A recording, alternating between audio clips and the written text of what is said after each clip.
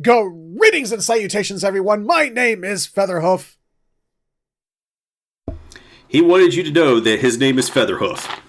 And that over But there is CarnagePanda. yeah, I'm CarnagePanda, as he introduced me, and we're Hey, on I week want you guys to know. 8. We're on week 8 of the anime talks, even though they're not numbered the same way. No. Well, we already established I had an accident, and then I got better. Yes, he had a horrific accident, as I outlined in that episode way back in I don't know weeks 2 or 3. Yeah, we're fine. And now that Featherhoof has shown me the advanced thumbnail, we are on our beach episode now. Yay! Well, beach season, I guess. I don't know. You know, despite it being summer, I don't think there have been a lot of beach episodes, so to speak of. I think the only one is in a show that we're not watching together. What's it called? You'd have to tell me. Why are you asking me? Too Many Losing Heroines. So I think that's the only one. And you know, when I used to watch anime, I would think they like try to time these things to be relevant. Like if they had a Halloween episode or a Christmas episode, they would just like try to time it around that certain time of year. They'd be running this show and October 31st would roll around and they'd have a Halloween episode or somewhere around there that week. And when Christmas rolls around, same thing. They'd have like a Christmas episode. But as I've learned, no, that's not how it works at all. That's not how any of this works. They just like shotgun it and they're like, yeah, if there's a Christmas episode in the middle of July, we're doing it. All right, so before we get started, though, I have picked up a few more manga. These are not anime, so our illiterate audience members could probably tune out at this point. But since there's a lot of manga... Okay, Featherhoof has ended the episode, and he's no longer relevant to the rest of this. But since there's a lot of things that are ending, like Black Clover is ending very slowly and very painfully. The guy just pumps out a couple chapters every couple months now instead of every week. My Hero Academia has ended, thankfully. Lobotomy Kaisen only has 3 or 4 more chapters going for it. So that'll be ending. So I'm just trying to find things that can replace those because I don't know if there's going to be another Kagurabachi in the magazine. Which, if you don't know, Kagurabachi was so good that some writer wrote the author before the first chapter was out that it changed his life. And the author actually put that comment in the magazine. He's like, the first chapter's not even out, and this guy told me that this manga changed his life. But yeah, it was. How? It was because everybody was memeing it at the time, and they're like, you know what? Enough. This is going to be the next big thing. Enough time has passed. It's number 1. It's going to take down One Piece. Blah blah blah. It's the greatest manga that has ever been written in the history of Weekly Shonen Jump. As it turns out, it probably is going. It looks like it's going to be the next big thing. It's been going for like a year now, so I don't know. It's like 40 some chapters in. But I was just looking around and just hitting the random button, and these caught me. This caught my eye. The first one is the Unwritten Rules of Romantic Comedy and Monster Extermination, and I'm just going in these from shortest to longest. This one only has 16 chapters out so far.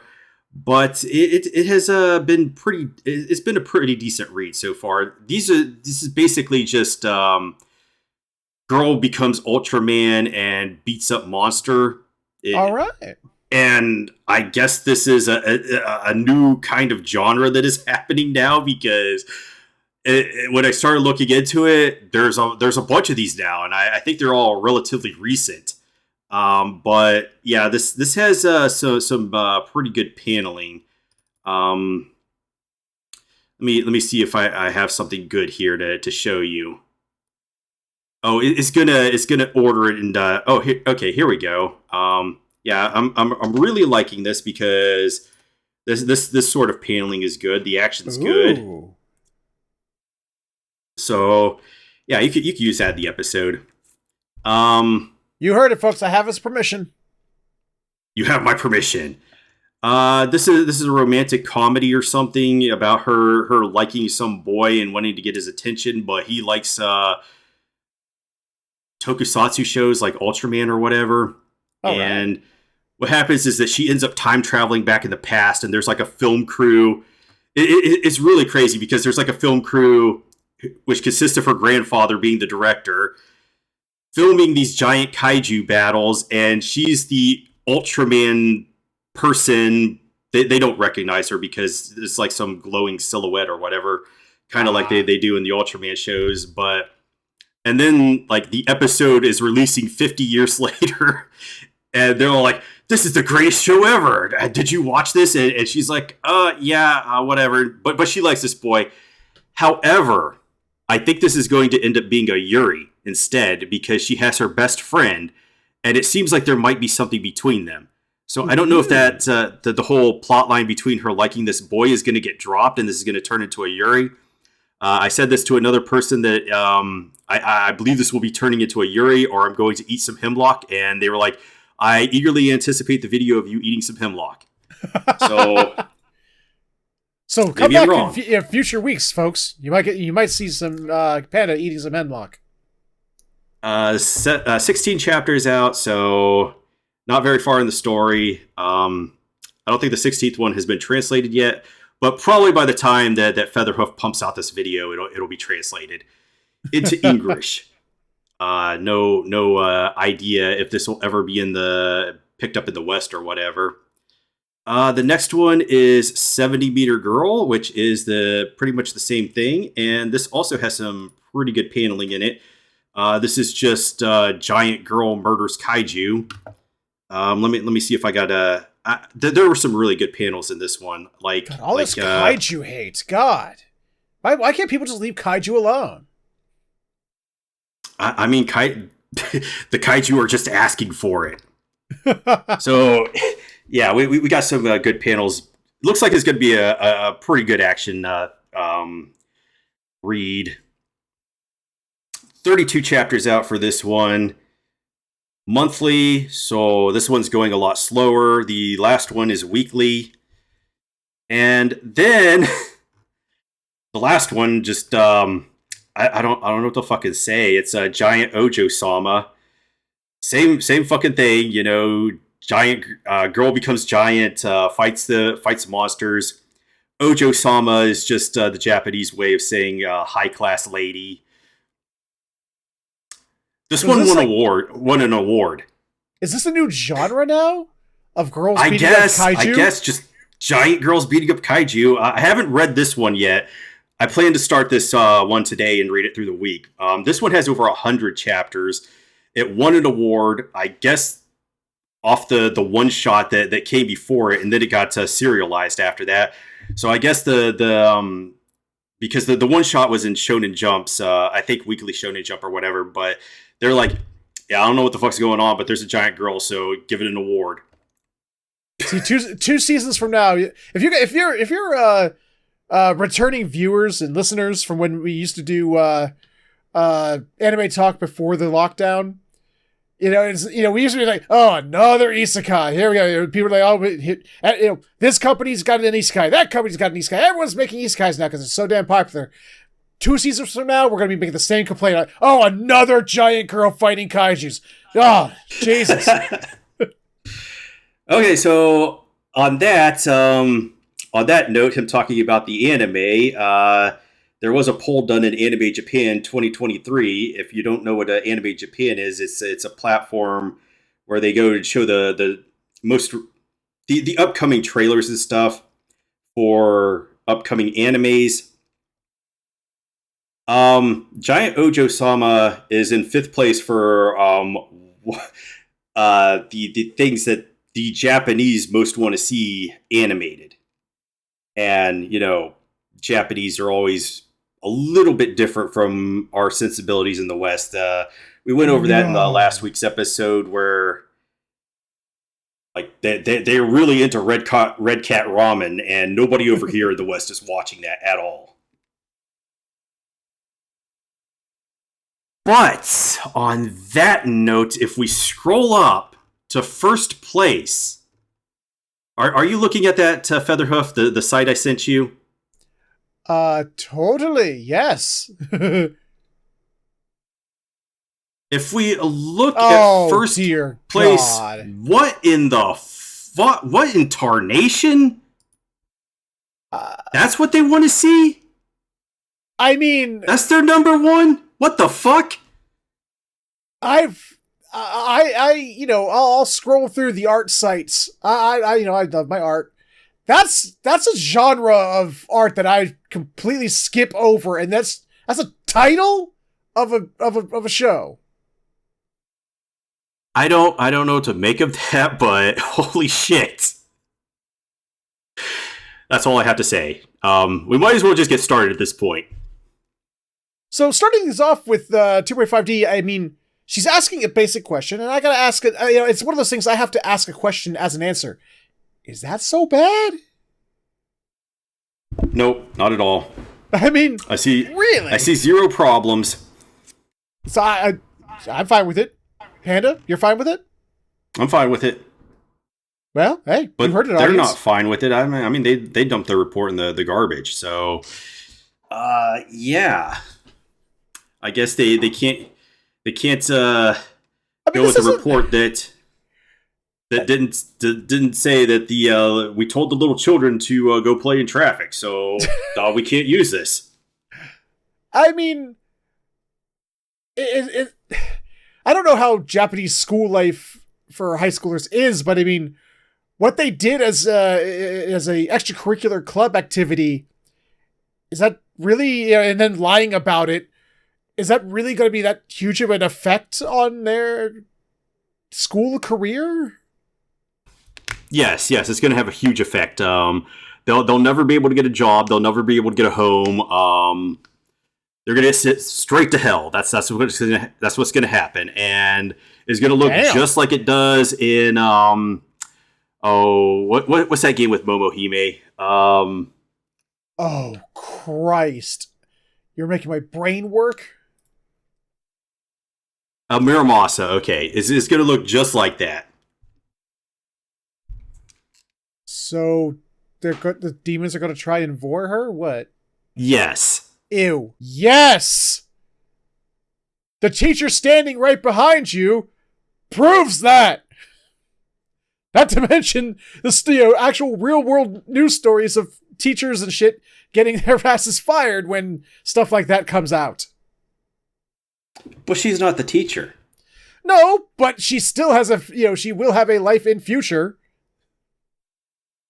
And that's the kind of shit that may come back to bite you on the ass.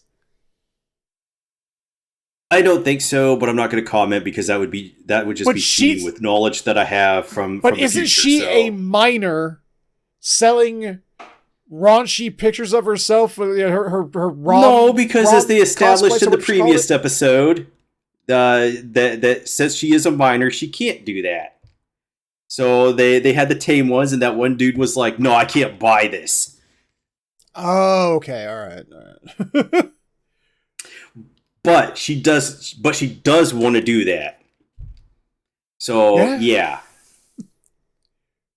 Well, she can't. So maybe Featherhoof is right. Yay! Chalk that up, audience. One for me. Now I'm working from a negative 723 deficit, but I will get there. That's patently untrue. It does not grab everyone in a good way. So you're saying that it grabs some people in a bad way? Yes. Oh, okay. I've learned a lot. Okay, I realized while I was watching this that this was actually the bonus content from Volume 3, and this really kind of took a lot out of it. How do you mean? So much so that I think it's thematically incorrect, and I'm starting to get worried here that they may change something in the future that is an important plot point. But so previously in a previous episode that we had previously done, and I just want to keep repeating the word previously because it's a really cool word. But I had said that Ellie had won the manga. That being said, why did she win the manga? This bonus chapter pretty much outlines that she has a thing for Mayuri. And watching this, they took all of that out. Like, did you really get the impression from watching this scene here that I don't remember who Mayuri is. The teacher right there. Oh, okay. Who has a thing for Mayuri? And her friend Ellie right there has a thing for her. So I mean, so you're saying they had a thing, like a romantically thing? Yes, she has a thing. Okay. Give me one no, second. I didn't get that impression here. At least what they're showing here just seems like really good friends. Yeah. Give me 1 second. Just like really, really, really close friends. That's all I picked up on. Just two friends who share like what would you call it? The same hobby with the same intensity, the same passion, until this scene. Yeah. Okay, yeah, that's so pretty good indication. So I cut out most of the bonus chapter because she's actually fondling her friend's tits and stuff, and it's a lot racier than the show will ever show. But I understand that they would cut that out because they're trying to capture a different audience. But at the same time, you just don't get what they're trying to say in the manga. And so here's the thing. If they keep the things in later, and I know exactly where it is, so I'll also pull that up. But if they keep the things in later, that really indicates that she has a thing for her, then from an anime-only standpoint, this would be a huge blindside, and people wouldn't see it coming. I'm lost. Well, but at the same time, is it at least at this point in their storytelling, what they're doing is that relevant information as well? It's very relevant information, actually, because it does inform other characterization for other characters later on. And if you don't have this, it's just a huge blindside, and it's omitting. And but again, you're saying it is crucial information for stuff to come, but is it crucial information for what's the story they're telling right now, like the events that are happening right now? And you said it is because it's the side story stuff, right? No, it's not side story. I thought you said it was side story. These come packaged in the manga volumes. So what happens is, especially because they don't show that sort of stuff inside the magazine. Like I said, it's a lot racier content, and he had moved most of that stuff into there. Some of these are scenes that happen within the manga, but because of that restriction inside of the magazine, they can't show it because you can't show titties inside of magazines and whatever. So he or she just pushes it into the volumes, and they're there, but they are canon material, is what I want to say. Well, yeah, I didn't say they were canon, but I mean, it was still like. I guess I was under the impression that it was like told in like a separate like a side story sort of thing. Just like it's still part of the story. It's still canon, but it's just like not part of like the main story or something. Maybe I misunderstood. I don't want to say that because this one especially, she has the hots for her friend, and if you don't know that, you're never going to understand if it comes in later. If they drop it entirely, it's just like, what the fuck? Because this is going to come in a lot later, more relevance after the anime. But that's totally out there. But here's Oh, I saved that as the wrong fucking file. I'm bad. Shame. Everyone play shame upon him in the comments now. So, yeah, it's just not coming out the same ways. It's just what I want to say. It's a Yuri relationship, and they're just cutting that entirely. Maybe I don't know.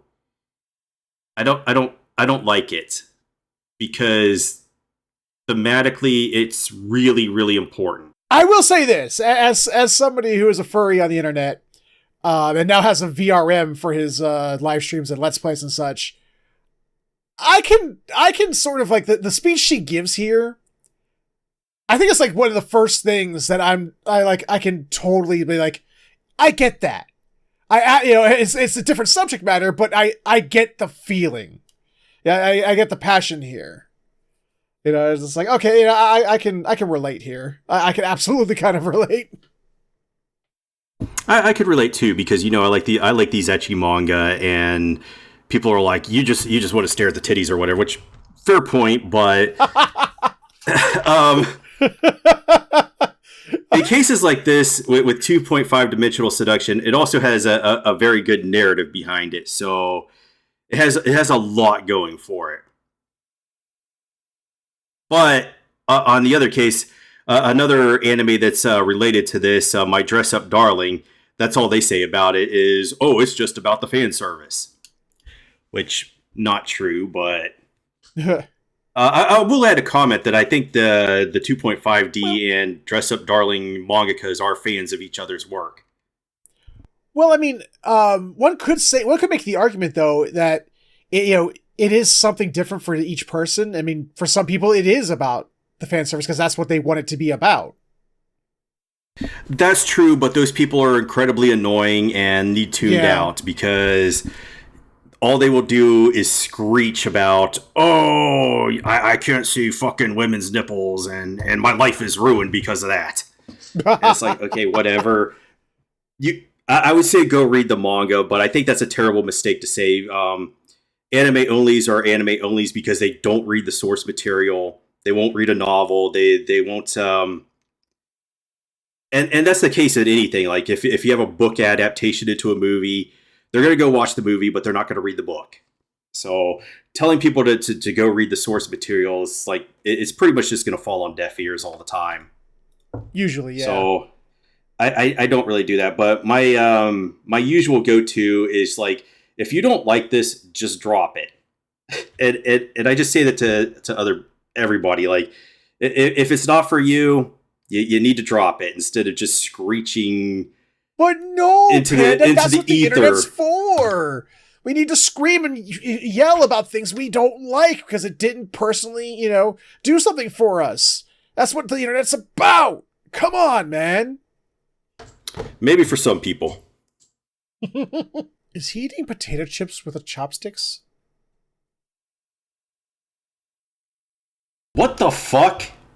He's eating potato chips with why? Is that a thing? You know what? I have to absolutely compare this with the manga to see if he's fucking eating potato chips with chopsticks, because that is a crazy idea to me. That seems very offensive, and I do not like this. I don't know. I mean, in a way, I kind of get it. I kind of do, because it's like, you ever eaten like chips, like say sour cream and onion chips? You just get that shit all over your fingers after you've eaten a bunch of them. I can see if somebody who wanted to keep their hands clean, maybe. Oh nope, he's eating them with the chopsticks in the manga too. So yeah, this is what they meant to say with this. I don't know who did this better, 2.5D or Death Note. Oh god. What do you think, chat? Tell us in the comments below. He's gonna take these potato chips and eat them. The answer is yes. Gacha is a blight on society and should be completely removed and banned. What are your thoughts? I 100% agree. Just with I want to be, I think the word's magnanimous. I want people to enjoy what they enjoy. I'm fine with that. But gotcha, that shit's a somehow become a socially accepted scam, and I don't get it. Yeah, there's nothing to win out of it, and you don't actually own any of that stuff. So this is why I never participated in it. Like, I buy manga, Mm-hmm. but I have physical copies of them. I have the physical books. If it exists as a digital only copy, I won't buy it, because usually in the terms of service, it's like, yeah, we could revoke your access to this at any time. Blah blah blah blah blah. We own this. Go fuck yourself. So yeah, I won't participate in that.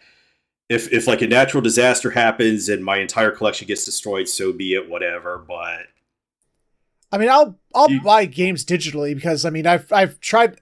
I have transitioned to PC gaming straight up and as much as possible, and they don't sell physical PC games anymore. They just don't. So I don't have a choice in that. But I've tried getting into gacha. I tried Genshin. I tried Honkai. I tried that. I even tried that Final Fantasy one that they did. That Final Fantasy VII gacha game, the Ever Crisis. And every time it's just I'm like, okay, I can play. And the first time it gets to that, the first time they're like, and now you can draw for characters and for weapons and for. I'm just like, and my interest is done.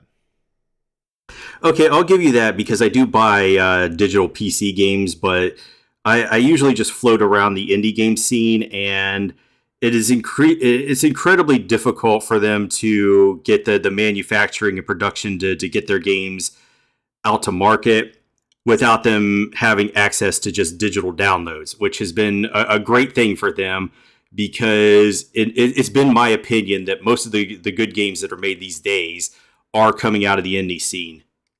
Mostly, yeah. So yeah, I don't want to like not support them, because I've played some really good indie games, and I wouldn't have been able to do that because there are some companies that'll do that, but they just have a really really limited release for them, and they just get bought up like immediately by fans of the games and scalpers and who knows what else. So I think that was the case with that the Final Fantasy Pixel remaster. I bought that digitally because it came out on the PC, and I'd rather have it on PC because the modding scene and whatnot. You could just do all this other stuff to it, but when they released it on console, they had a very limited run of it, and it was difficult to get hold of. So I mean, I would have loved to have gotten it for Switch. I'll tell you that. I would have loved to have had portable, Final Fantasies 1 through 6. That would have been great. There is somewhat of a defense, but at the same time, people in the software business, I want to say, mostly have these incredibly delusional takes on ownership and stuff, and they're like, if they could, they would send paramilitary troops to your home to take access away from you, but thankfully they can't. Well, didn't we just have like a few months back that Ubisoft CEO who's like, gamers just need to get used to the idea that we own all our shit, they don't own jack. Yeah, that whole you'll own nothing and be happy. Yeah, you just need to get used to it. That's just how it's going. That's where it's going. You need to get used to it. It's like, I would say something, but that would just open us up to getting sued. So I won't say it. Us nothing. You're the one who's going to say it. How exactly would she flatten herself into a 2D image and still be alive? I actually don't understand this comment. What kind of makeup would make you look flat, so it would look like a 2D caricature of yourself or of the character you were trying to cosplay as? I don't know. That's a weird sentence for me. I don't understand. I think she's saying you're showing too much of your real self, but I would have to go back. Like, I've been trying to read this in Japanese and as well, because I'm still trying to learn it, and my Japanese is not the best, but when I cross references some of the references and stuff that they make, I'm like, how did they get that translation out of it, and what did they mean by that? But I think what she's trying to say here is that you're showing too much of your real self instead of being the character. So I don't think this is totally correct. So well, whatever. I don't care. I'm not going to get into one of those. Oh, they mistranslated this, so my life is ruined. Arguments either. So good, because I wouldn't be the other side of that argument. Yeah, that's why I just generally ignore comments and DMs to begin with, because somebody will come down there and start saying some really dumb shit. Or this is really why I don't use Twitter much, because Twitter is infamous for this. But my Twitter usage is mostly due to bots and stuff that give me news and information that's like upcoming anime releases, this news story, blah, blah, blah. But if you try to engage with anybody on there, they're just going to try to go nuclear warfare for no reason at all. So, well, I guess... I don't... Go ahead. I don't understand why people are so reactionary there. Well, because it's the internet and there's no consequences to them personally, so... Well, I think that goes back to that one comment I said about the other podcast that I was listening to, where he was like, yeah, Twitter is more fake than watching a movie, which I agree with, and I think you agreed with. Yeah. So you get these, and you see it on YouTube, people just start drama for like absolutely no reason, and it's like, this is completely mental, I'm not interested in this, and what the fuck ever. But you'll still see them get like hundreds of thousands of views and everything, because some people just are like, yeah, I have to eat up that drama. Or like tabloids where they're like, this celebrity wore a black scarf. Like, why are people actually interested in stuff like that? I've never understood it. I wish I could answer. You're the one who's more into psychology than I am. I was hoping you'd have the answer. Yeah, but I'm not a psychologist, so. Oh yeah. I guess maybe there are some studies on this stuff, but I think it's just sage advice to stay off of Twitter and other social media. It has its uses, but those uses are not interacting with the people on there. So what I find interesting is like we've both focused in on this scene, but we seem to have focused in on it for different reasons. I'm focusing on it because clearly, as she said, I've seen this all before in my comments and my DMs.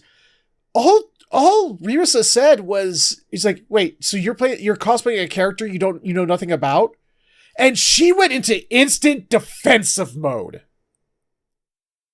Like she's clearly been beaten down by social media and comments and shit. So it's a weird thing right in and of itself, because it's like, I guess it's sort of like, it's not really different what we're focusing on. It's just two sides of the same coin of it. Because I mean, she's sort of just jumping down Rebus's throat right now. It's like, sorry, she was just curious. She's like, wait, what? Why? You know, and this chick's just like, I don't know, what was her name again? Nagomi.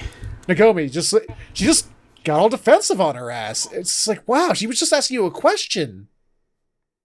She didn't even know who you were until 2 minutes ago. I think I have one other comment, is that I think that the music in this episode has been really good. I'll tell you, actually, it's weird. Haven't really been noticing it, if I'm being perfectly honest. But, you know, it's done by the guy that did Dr. Stone, and he was pretty good at that in that show, so why wouldn't he be good in this one? Why is this playing out like I'm looking at Rirasa's facial expressions and such. This is playing out like if it was just another anime. The main freaking Dio just came by and talked about how the diabolical evil things he just did to your friends, family, and dog. What? This is really, really dramatic for what was just said. You know what? I have no comment. I don't want to. I don't want to start getting into huge spoilers, even though I did earlier in the episode. So, but we draw the line on this one. God damn it! Yeah, we will spoil the Yuri, but we draw the line on this one. Okay, it's just I don't know. Like I said, right now she's. This is if this is yet another different anime. Right now, the camera would pan down and there'd be a knife through her gut. I mean, Christ. I don't know. Maybe like Oshi no Ko, there would be a knife in her gut. Yeah. Sure. Is she grabbing her shit? She's taking it out of her bag, and then she's putting it in her bag. Okay, so Featherhoof noticed this. This is actually a change for the manga into the anime. She was packing up Lilith's stuff into her bag because she wasn't paying attention. All this was Rira's just taking stuff out of her bag. And she's prepping, taking stuff out, and this chick next to her is just like, mine. Mine. This is mine now. Yeah, she's a gotcha executive. She's like, you put this out here, it's mine now. What's the drop rate on that? The drop rate on her costumes and stuff. The 1.5%. She's like, yep, I got that. Apparently it's pretty high because she didn't have to try. It was there for the grabbing. Just using the 5-finger discount on it. So, I mean, I know you can't give any spoilers. Well, I mean, I guess you could, but I'm sure you're going to refrain. I mean, clearly our Nagomi here had some kind of locket with our Okamura's face in it. And she talked about how, like ever since that day. So there's some kind of upcoming drama there, isn't there? That wasn't Okamura. That was her, Oh, it looked like Okamura. Just from Kai-sama from her gotcha game thing, whatever. Okay. Is in the locket. Oh, okay. It looked like Okamura's on there for a second, but but I mean, is this like is this new Nagomi character? Is she like a main character, like or is this like just part of this little arc that's going on here? She is a recurring character, so yeah, she'll be coming back. But this is the actual start of an arc within the show.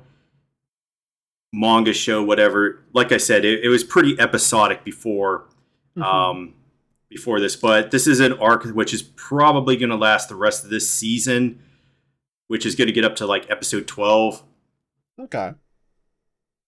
And then it keeps having arcs after that. So, like I said, I don't think he or she, whatever the manga's gender is or whatever, they really planned this out at the beginning. Like, people believe this about the other show that we're watching, Oshi no Ko, but you could really point out and be like, yeah, this part was foreshadowing this and that part, and I could get into how I predicted a lot of this stuff was going to happen in there, but in this one, it seems like the mangaka was just flying by the seat of their pants until they finally started making arcs and building it up. And I want to relate it to something like Bleach, which took till like chapter 50 before it started going into the whole Soul Society arc. Yeah. Before that, it was just really episodic Monster of the Week butchering stuff. So I like stuff like that. I kind of, I'll be honest with you, I kind of miss those like shows that used to do that. They don't do that anymore. Like a lot of shows don't do that anymore. It's mostly actually they do. Really, I must be missing them because I used to like going back in the day, like X-Files or. Hey, you brought up Bleach, like there's shows where it's just like, here's the monster of the week. Here's the mystery of the week. Here's the, here's the disease of the week, thinking of like shows like House and stuff like that. It's like, I don't know. I kind of dig those just, self-contained little episodes. Like this is what happened here. I kind of miss, like, it is fun having like shows like Doctor Who or something like that, where it's like every episode is like, yeah, it's its own thing, but there's an overarching mystery that's flowing throughout the entire arc. It's like, I kind of miss when things are just like their own little contained story sometimes. So there's this Magical Girl series that I've been watching for a long time because I got convinced to watch it because supposedly there's a lot of great animation, even though they only do it like every 15 to 20 episodes where there's a super great animation sequence. But it's called Pretty Cure, and it's a basically like old Gundam and the Yusha series where it's primarily just a vehicle to sell toys. Transformers, you could put it in there. Yusha is an offshoot of Transformers because the two companies, Hasbro and the animation studio or whatever, had a falling out, but they still wanted to sell toys, so they made their own thing. But it's primarily a toy commercial aimed at young girls, but they have a TV show that runs all year for the toy cycle, and then they come in with a new cast in the next year to sell even newer toys to young girls. But it has that Monster of the Week formula in it. It's a Magical Girl series, which is kind of like a cross between Dragon Ball Z meets Magical Girls, if that makes any sense to you, where they're just absolutely beating the shit out of these guys with kung fu, and like every week there's a new monster. But there is an overarching plot. Like the last one I watched was Delicious Party Precure, which informed Featherhoof that he needs to eat his green peppers, and he did not enjoy that. But yeah, that's one of those shows out there. I can't think of anything else other than maybe Gundam. I don't know. It's like those card battle shows or whatever that they have airing now that are inspired by Yu-Gi-Oh! And I can't really remember the name is like Card Vanguard and Wicross and all of that. But I don't really watch those, so I don't know much about them. So what are your thoughts on this? Because I've never worn contacts myself. I only have a story from when my mom told me when she was much younger and before I existed that she got one of her contacts lost in her eye and it took her forever to dig that out. I've only had contacts twice in my life. Once when I was 14 and last year. And only for like a month. But I love contacts. I love them. As somebody who wears Coke bottles, I love contacts. But I don't know if it was just the contacts I was given or if they got my prescription wrong or what, but it's like I had an issue focusing with the contacts I got last time. Like when you know how like when you focus, and you used to see things better. I was trying to focus like because I do without saying what my job is or where I work, but I work on circuit boards and circuits, and when I would try to focus on like fine pitch chips, like soldering the leads, all of a sudden I couldn't see them with contacts, and I don't know why. Yeah, I don't have to use them myself. The only thing I thought was maybe I should be wearing safety glasses last week. Well, not last week. It was Saturday because I was mowing the lawn and everything, and I was using the weed whacker. And I'm going to save the rest of the story for later, but there's just shit flying all up in my eyes and stuff. But I don't need to use contacts because my vision's not that bad. I generally only use my glasses when I'm driving because I'm nearsighted and it helps me see things more focused that are farther away. Yeah, because I'm nearsighted too. I understand that. But Featherhoof is more nearsighted than I am. I could just walk around without glasses on and be fine. But I cannot. Like they literally have to make my lenses out of a special material so that they're not 5 inches thick. Yeah.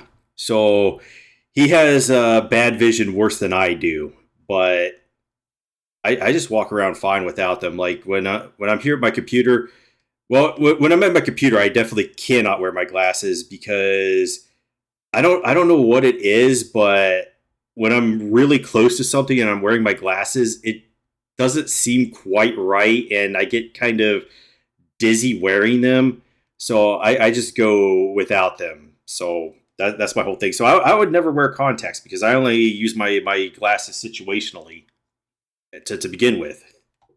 I will say the only scare I ever had with contacts is that I did do the cardinal sin of falling asleep with my contacts in once, and I did get scared because they did get dried out, and I couldn't take them out until I had to like sit there with little drops to hydrate them and peel them slowly so that the liquid could get underneath the contact lens so that it would come up without ripping my cornea off.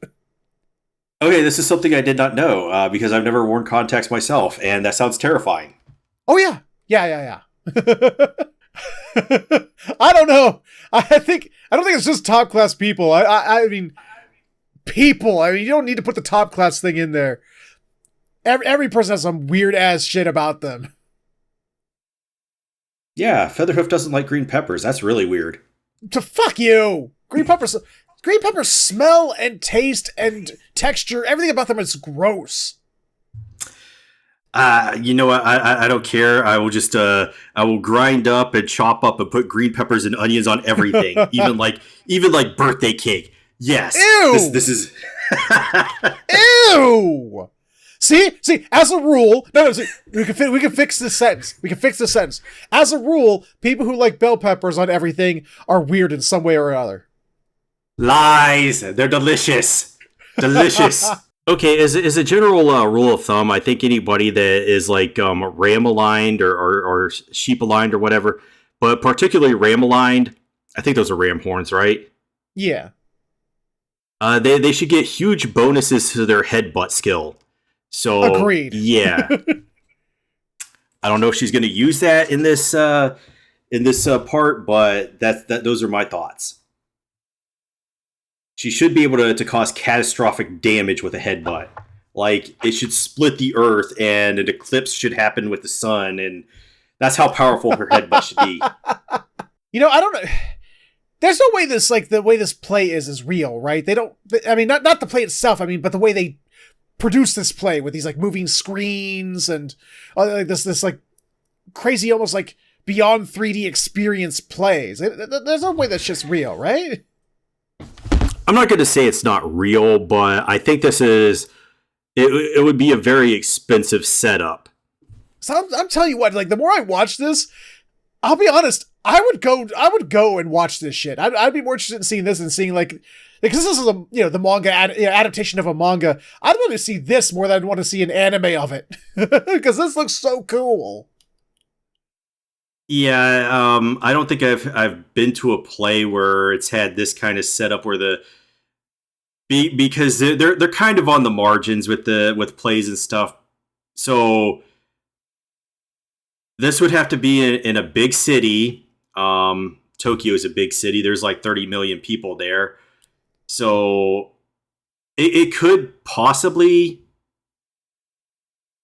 But like I want to say New York, but I remember after Disney bought Broadway that all the actors that did serious acting moved out to Las Vegas, so that's probably not a good example. But it would have to be a bigger city where there's there's a lot of money flowing through that they could afford a setup like that.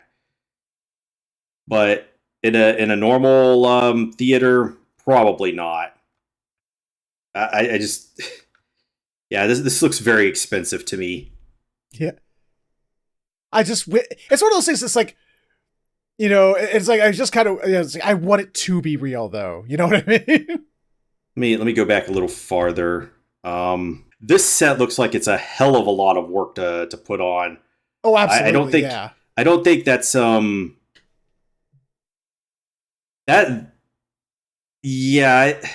maybe I don't know. This could be cardboard in the back, with the buildings and stuff. But that could just be a flat backdrop, though. But that kind of reminds me of movie sets where they would build big movie sets. Obviously, that's not CG because they're in the theater. So actually, that too could be a screen from all the things they've been showing us of this weird play. Well, maybe it could be that the city background could be on a screen. Yeah. That's something that could be doing. But we know this. I don't know, this lobster or whatever they're standing on the left side. They definitely built that. Yeah. And then the Buddha statue. It's not a Buddha statue. The well, it's got the Buddhism stuff. That's doing all the ninja bullshit. But that's they built that because Akane was standing there, and we could see people standing on the stuff over to the right. So they built all that. This is that's a pretty work intensive set. That's actually really impressive. They had to have put a lot of money into this. But they said that this is a pretty big property they're doing, so they probably had the funding for it. So but yeah, they'd have to do this in a really big city where they could get a big audience coming in and day out, because they don't do it for just one day in the theater. They do it over and over again. And maybe I should have gotten to the conversation of if you're an actor, do you want to be good or great as a theater actor? What are your thoughts on that? I don't know. I'm not a theater actor. I've never thought about it. So it's the general idea is that you want to be good as a theater actor because you're coming in and day out and doing it, and you can't emulate a great performance. I would put it in like sports terms, like especially with baseball, because you get like 3 or 4 guaranteed bats a game, and you could go up there and put up a goose egg. It goes 0 for 4 that night, and you could still be a superstar like Mike Trout or Bryce Harper, Jose Ramirez. Who else? Well, whatever. You could still put up a goose egg. Then you could come out the next night, go 4 for 4. You had a great night. So general consensus is you would rather be good as a theater actor because it averages out. You're not going to put on a great performance every single night. Are they just making up scenes now? Yeah, they're ad-libbing, but I just want to comment that this dialogue is just making me roll my eyes, and I don't like it. Like, whatever, dude. Whatever. Well, I mean, wait. Okay, how do I put this? The characters' dialogue or the characters' actors' dialogue? Just the dialogue that's going on. He's like, "Oh, it's a man's job to protect a woman," or whatever, and it's like, okay. What is this? The 1500s again? Isn't that when this takes place? Like the whole thing? It's supposed to be like a feudal Japan. This has fucking demons and ram girls and shit. What? Well, yeah, but I mean, it's demons and stuff. But I mean, isn't it supposed to be like a feudal style Japan thingy? I guess. I mean, yeah, of course. That's kind of reminding me of Onimusha again, where they're just like, this is what happened. I'll probably just get on my whole they disrespected Kaide again rant. Yes, Featherhoof, do the bell pepper exercises. Kana-chan, who has the horse character in her name, therefore is your favorite character, is telling you that bell peppers are good. But that makes her a liar. And therefore, an unreliable narrator about all the stuff that's going on right now in this scene. That's just your headcanon. Bell peppers are good. Lies. But sometimes it gets really weird. This show gets weird with me sometimes, man. It's like it keeps going back and forth between like, oh yeah, we're doing the acting and how like being like kind of lighthearted and stuff like that, or like I don't know if it's lighthearted, but like it's not very like dramatic. It's just like playing out the scenes. But then we get scenes like what's going on here, where it's like yes, this was my life as being a what was it when my life is that Toddlers and Tiaras garbage. Mm-hmm. It's just like, ow, this is hard to watch.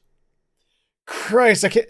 It's like I was all smiles watching like the, when we were getting episodes about. It's like, oh yeah, this is us acting, and that powerful episode. What was it, like 2 episodes ago?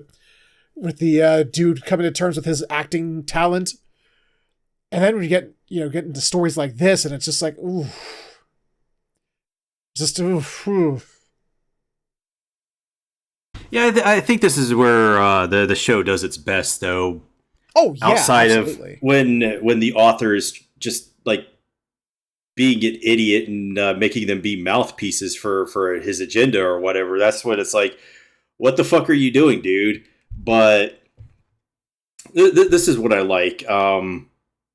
Also, the background stuff that's going on. I'll probably be able to get into that in like another episode or two, maybe. So, what were the other actors in the audience just sitting there staring at them for the past 5 minutes as she was having this internal monologue?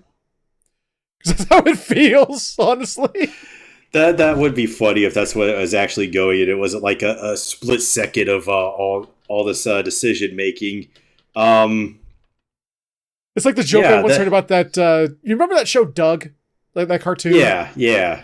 Where people used to make jokes. It's like, does Doug just have these daydreams, and people just stand around waiting for him to come out of his daydreams?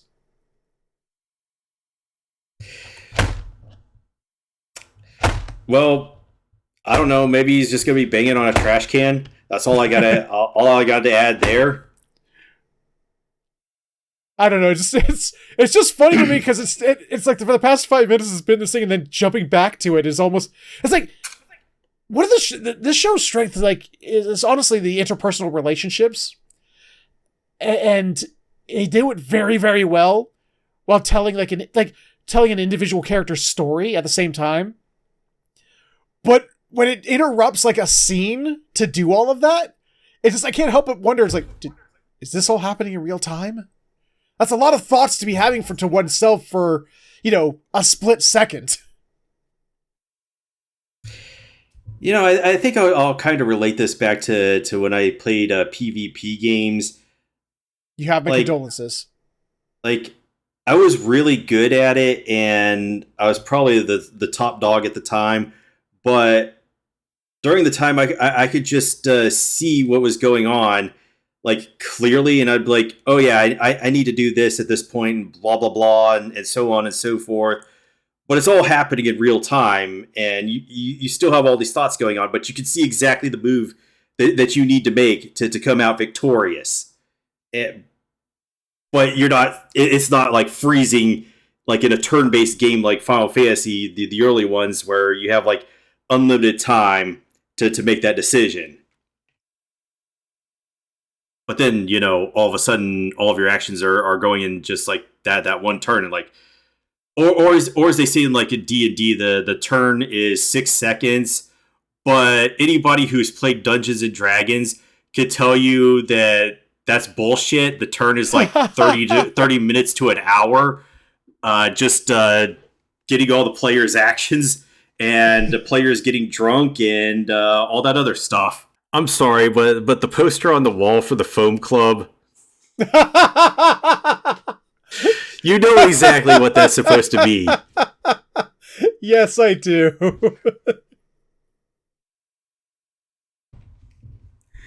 I just had to point that out.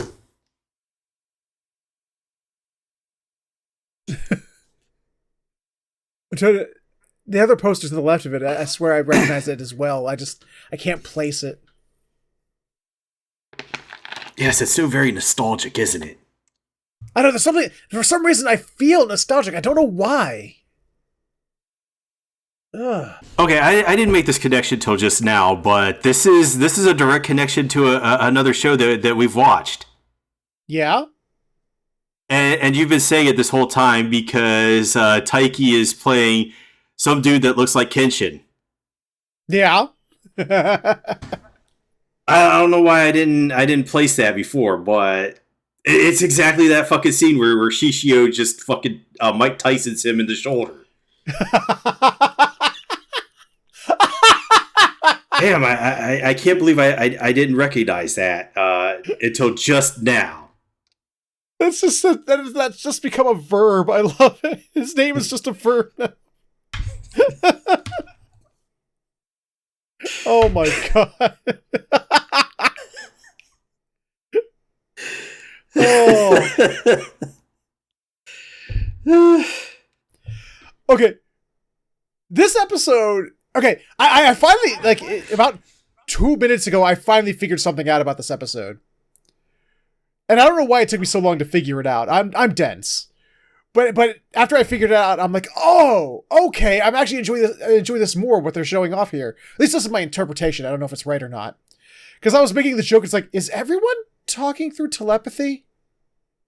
So I'm a little confused. They're having conversations and no one's mouths are moving. And then I forgot that the guy playing Kenshin over here, when he was talking about ad-libbing, he's talking about how the good actors talk to each other through their movements. And I think that's what they were trying to portray there. I mean, is that body language? Yeah. So all those voices, you know, the dialogue wasn't actually dialogue. It was supposed to be like translations of what they were saying with their body movements, I guess. Yeah, I guess you could say that. But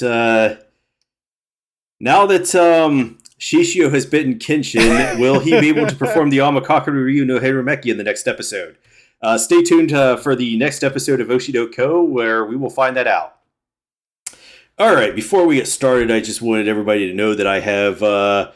since I was commenting on the weed whacking in the, I think, previous episode, I have freed up the ancient Shrine of Terror. There's a deer statue in the backyard, and unfortunately it's like 100 years old, so it's kind of falling apart. You can see the rebar side of it. Your actual backyard.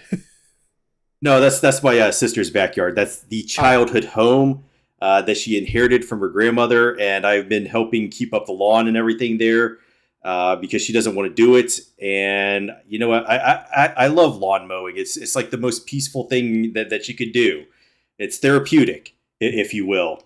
But I just ride the mower around there, and I was using the weed whacker, and I dug out the ancient statue of terror. What? You have a riding mower? Okay, dude. The property is absolutely massive. So if I did not have a riding mower, when I did this as a kid, I had to split it into 2 days because I did it on Saturdays and Sundays because it's just such a big yard. But she bought a riding mower, and now I get why you say it's mowing is a relaxing thing, because you have a much smaller lawn, man.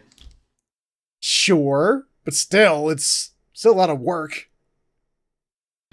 Okay, to put this into context, imagine that you own the entire street, and you have to mow the entire street. So, yeah. Okay, all right. So, yeah, used a weed whacker and pretty much got it freed up. So now we have the ancient statue of terror in the backyard, and it is free to terrorize the world once again with its deer ways. So what you're telling me is you now have a deer shrine in which you are going to summon the ancient deer spirits to try and kill me. Your car. Not you, your car. Well, could you at least have them do it when I'm not in the car so I don't have to fear for my life? You know what? I have actually seen deer inside the city on a few occasions, and I don't know why they're in the city, but they're clearly lost.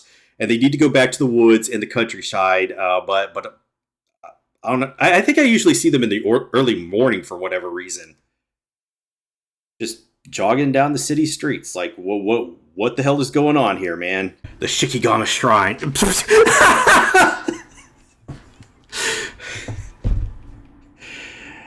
Just right off of what I said, they're at the fucking Deer God Shrine.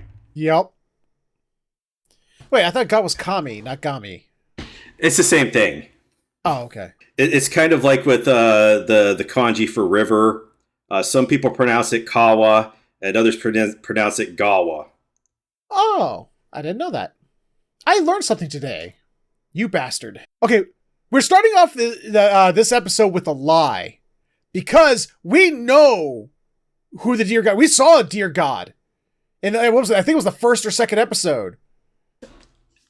Where that's true. We saw Dear Jesus. Yeah, where Nogata went up to heaven and then dear Jesus booted her right back out.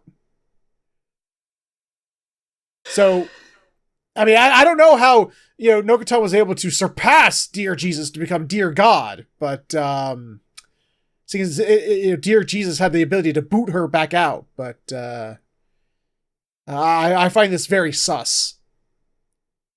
I guess I should go into that whole talk, but I'm not going to, about how they translate Kami into God, but it's not actually a good translation. But I don't really care right now.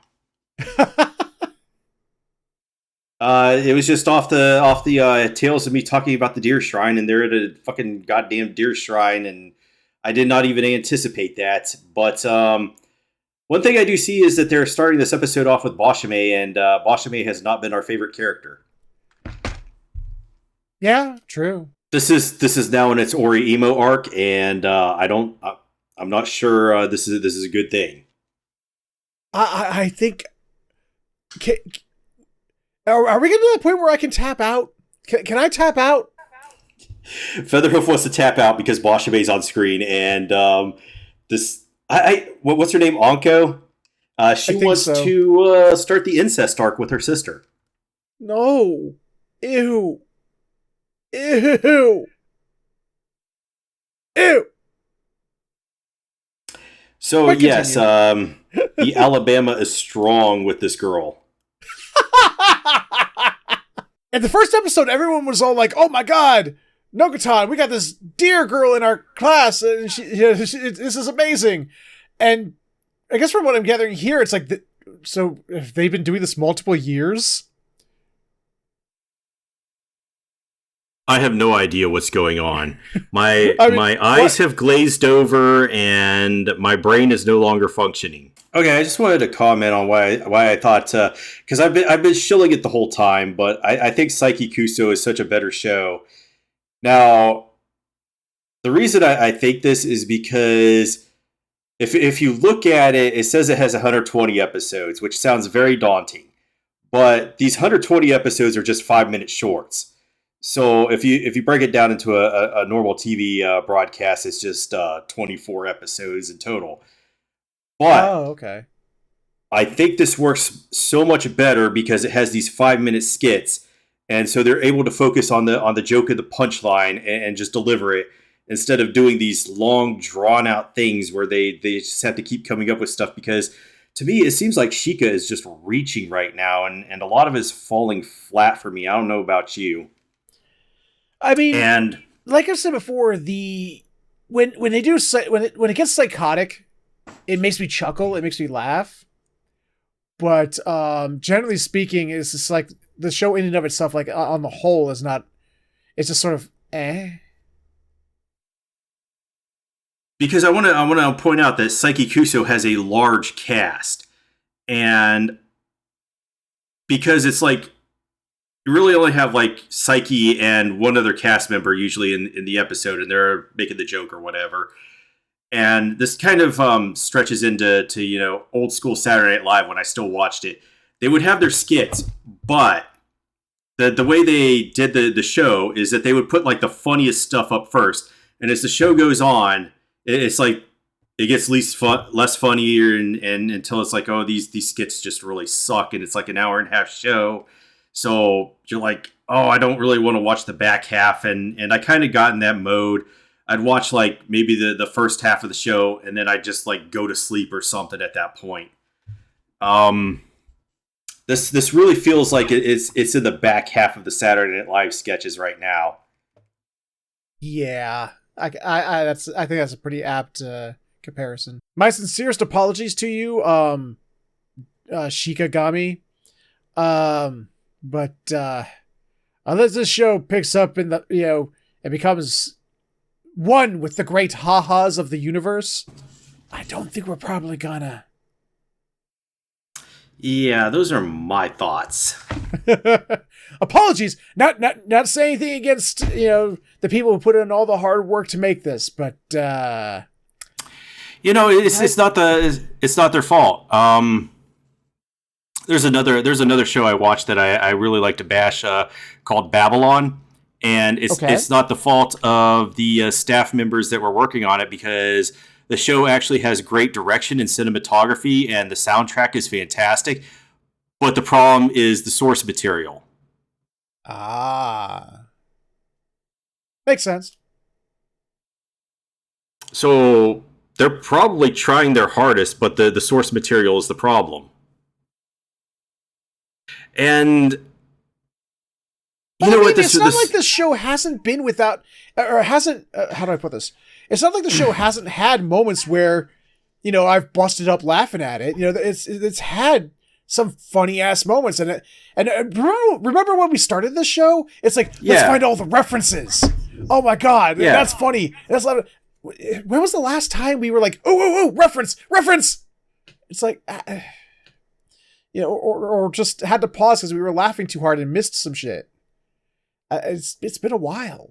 You know what? This actually, now that I think about it, this reminds me of another show that was a comedy, and I actually recommended it to our other friend, and it started off really strong and was hilarious, but then I think after like episode 3, it just fell off a cliff and wasn't funny anymore. And I can't right now. I cannot remember the name of it. Maybe I'll remember it at some point during this episode, but yeah, it really reminds me of that show. Okay, see, this is one of those scenes where it got a chuckle out of me, because I get what they're referencing here. I get it. Okay, 2 things. I found the show that I was talking about just a few seconds ago, which is like nothing to the people watching this, if this makes it in, but it's called Renai Boken, or Love Tyrant, and I thought the first couple of episodes, like I even rated it as a 4 out of 10. It's bad. This starts off really fucking hilarious, and then it just falls off a cliff. And I feel bad that I recommended it, because I was just recommending it off the first couple of episodes. Secondly, I used to play the Game of Life with a couple people, and for whatever reason, like I wasn't cheating or anything, but I always drew the doctor card as the profession, and it makes it so much easier to play this game, because you just cruise through it, because you have the maximum salary and everything in the game you could afford. And then like one time I drew the lowest salary, and it made the game so much harder. It was not a fun experience at that point. Well, I will say this. I don't know what it was. I've played board games growing up. As a kid, I played a lot of different board games. I actually kind of like the Game of Life best. It was like my favorite board game. Yeah, it is. It's one of the best. Actually, I wonder if I have it up in the closet if the kids haven't lost all the pieces to it. But I have like all the board games. I think they lost all the pieces to Monopoly, but who cares, because Monopoly sucks and nobody ever finishes a game to it. Actually, there is a video game of the Game of Life. There is? Yes. Is it a recent game that you could play like online? Yes. Okay, let me look at this. But I did take a picture. Game of Life 2. All right. There's 2 of them. The original one and the second one. Make sure I can send this over here. But yeah, I actually do have the Game of Life. I have Battleship as well.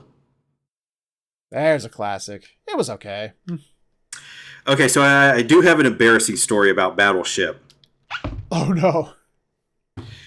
Okay, so when I was a kid, I played Battleship with one of my friends because I was spending the night over at his house, and it's a positional game. You just announce like I'm targeting A2 or whatever, and we're playing this game, and he's announcing what positions he's targeting, and then he just says, I won. And it didn't register in my brain correctly, and I'm like, no, you did not win the game.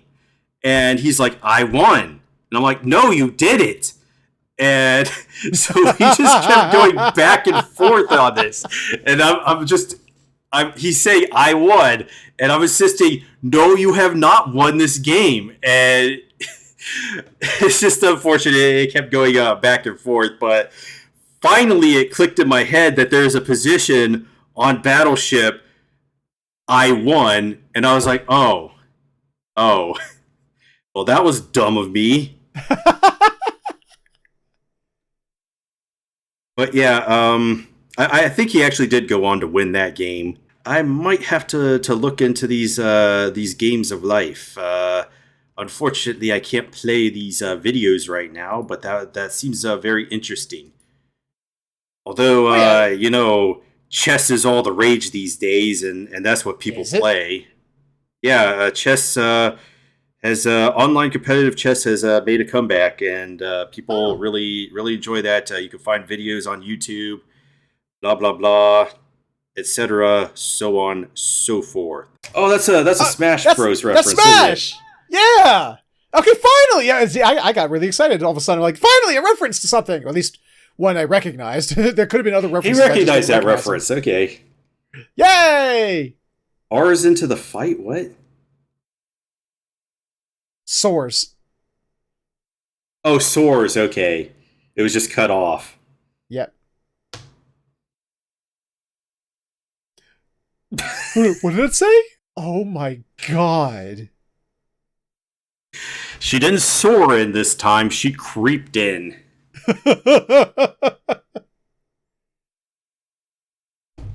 Yeah, we'll go with that.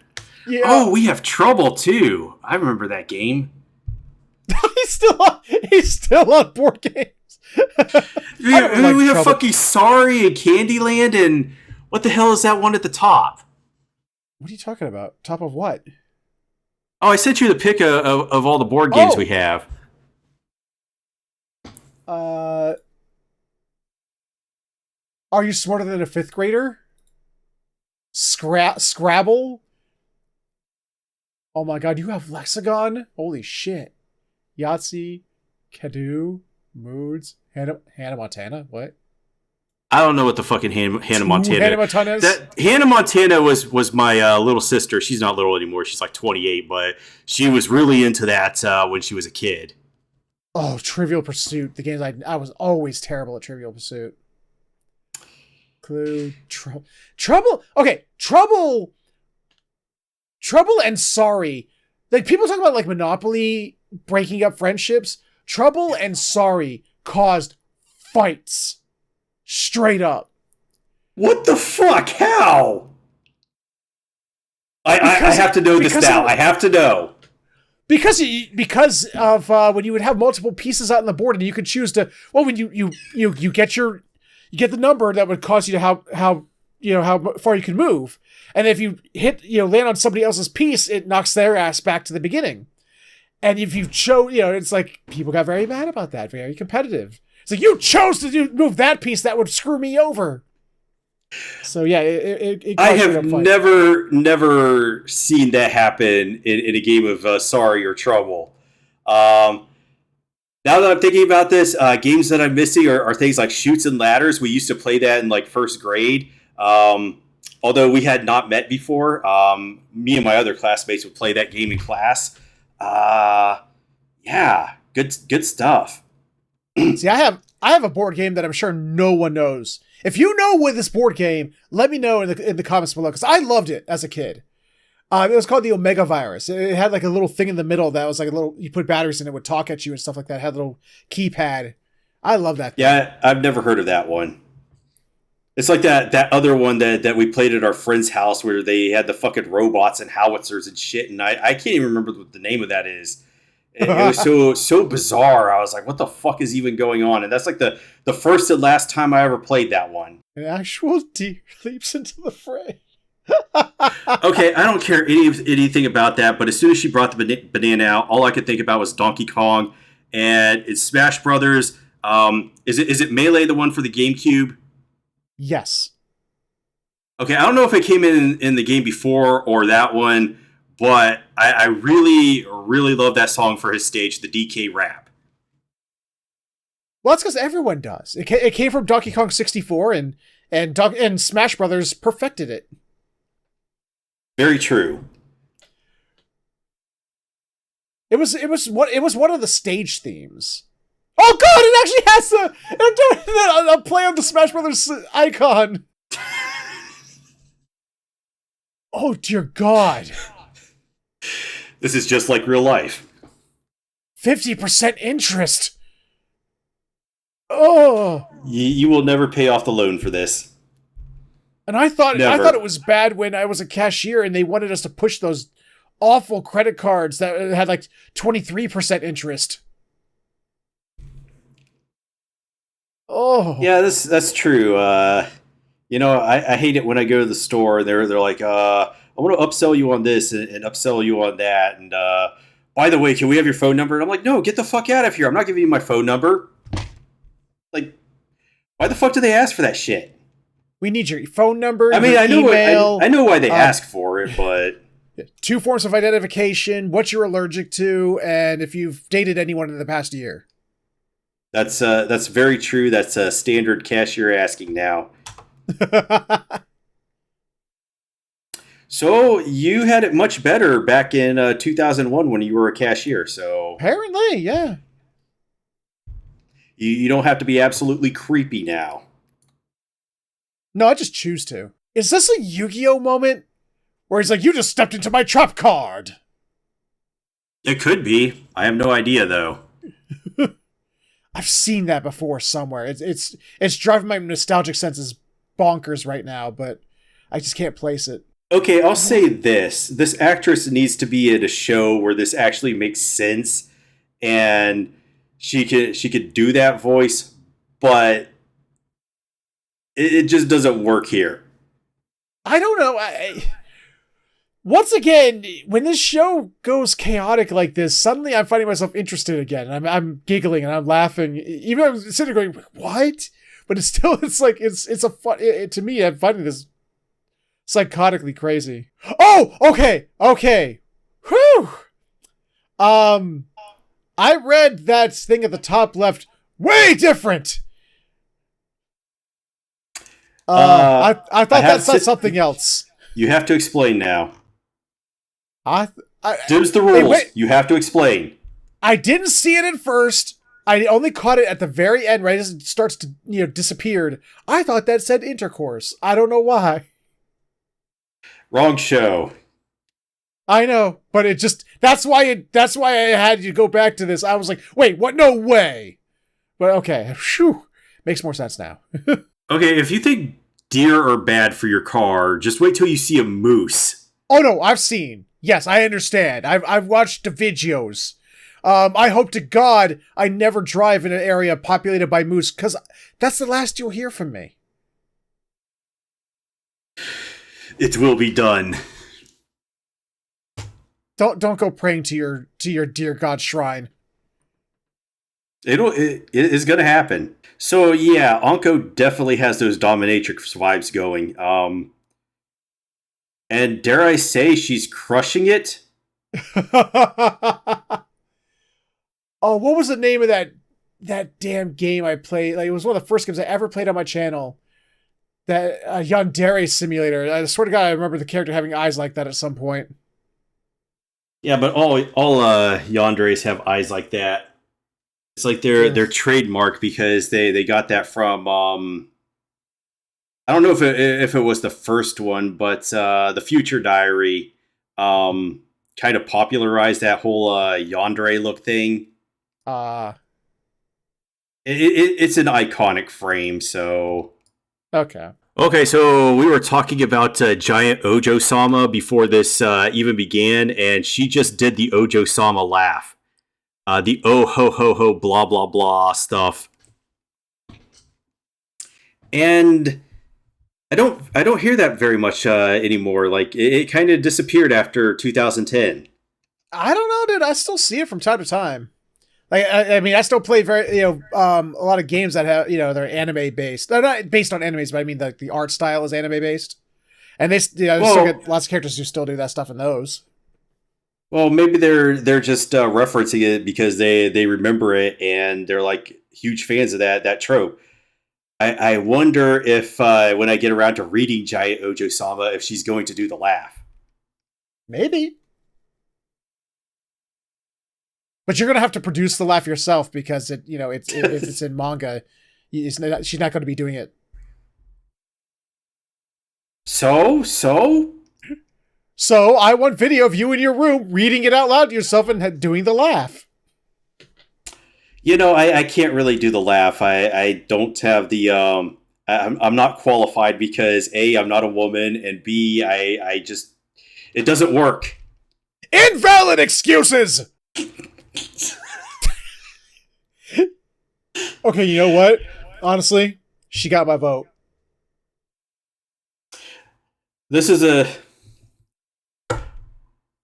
fuck. What was that show? Aired like a couple years ago, where they really kind of poked fun at this, but it was really popular too. Licorice Recoil.